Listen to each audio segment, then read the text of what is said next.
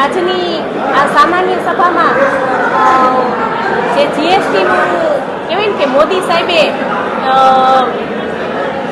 બધાને કહેવાય ને સૌનો સાથ સૌનો વિકાસ, કે મધ્યમ વેપારી હોય, નાનો માણસ હોય, ગરીબ હોય, કે બધાને સાથે રાખી અને બધાના હાથ મજબૂત થાય એટલા માટે મોદી સાહેબે જે જીએસટી નાબૂદ કર્યું.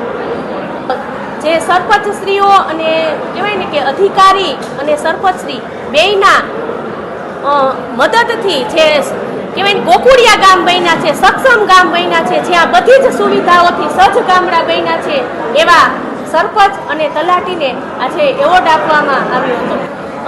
જિલ્લા પંચાયતની બિલ્ડિંગ કે જ્યાં કહેવાય ને કે વ્યસન મુક્તિ, એક આપણે વ્યસન મુક્તિના આધારે કે જે બહારના કે ગમે તે વ્યસન હોય એ જ્યાં ત્યાં થૂકે નહીં અને ગંદકી ન ફેલાય, સ્વચ્છતા રહીએ.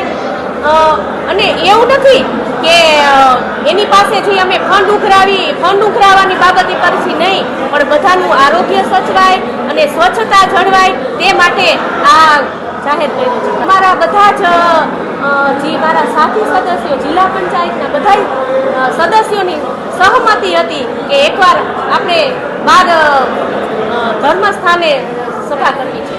સામાન્ય રીતે દર 3 મહિને છે એ જિલ્લા પંચાયતની સામાન્ય સભા છે એ મળતી હોય છે, પણ આજે આ લોકોએ ખાસ સામાન્ય સભા રાખી. ખાસ સામાન્ય સભા એવા સંજોગોમાં રાખવાની હોય છે કે જ્યારે બજેટ પાસ કરવાનું હોય છે, વિકાસનું બજેટ પાસ કરવાનું હોય ત્યારે જ ખાસ સામાન્ય સભા બોલાવવામાં આવે છે.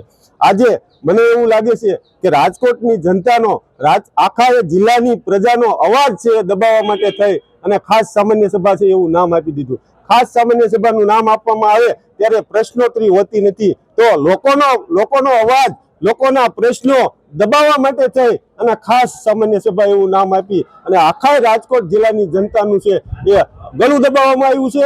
અને અમે જે કાંઈ પ્રશ્ન હોય તો અમારા ઘરના પ્રશ્નો હોતા નથી, રાજકોટ જિલ્લાની જનતાના, ખેડૂતોના, ગરીબોના પ્રશ્નો હોય છે. તો આ પ્રશ્નોને દબાવવા માટે થઈ અને ખાસ સામાન્ય સભાનું ટોપિક આપી અને આ સભા છે એ પૂરી કરવામાં આવી છે.